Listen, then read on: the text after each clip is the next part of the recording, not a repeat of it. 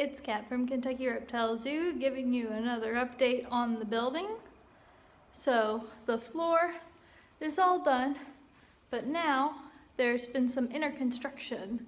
We need to put a wall in because this building's very long. We're going to divide it into 2 rooms and we're going to divide it in the center. So now we've got this framework built with a door to divide them. And what I'm doing today is I'm starting on the electric work. So I'm just putting in some outlets.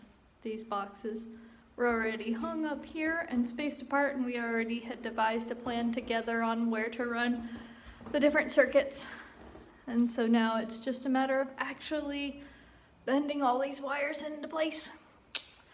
And then after that, you'll see in the back there, we've got lots of drywall to hang. And then we'll have a wall to paint. And before too long, we'll have a finished building. Bye!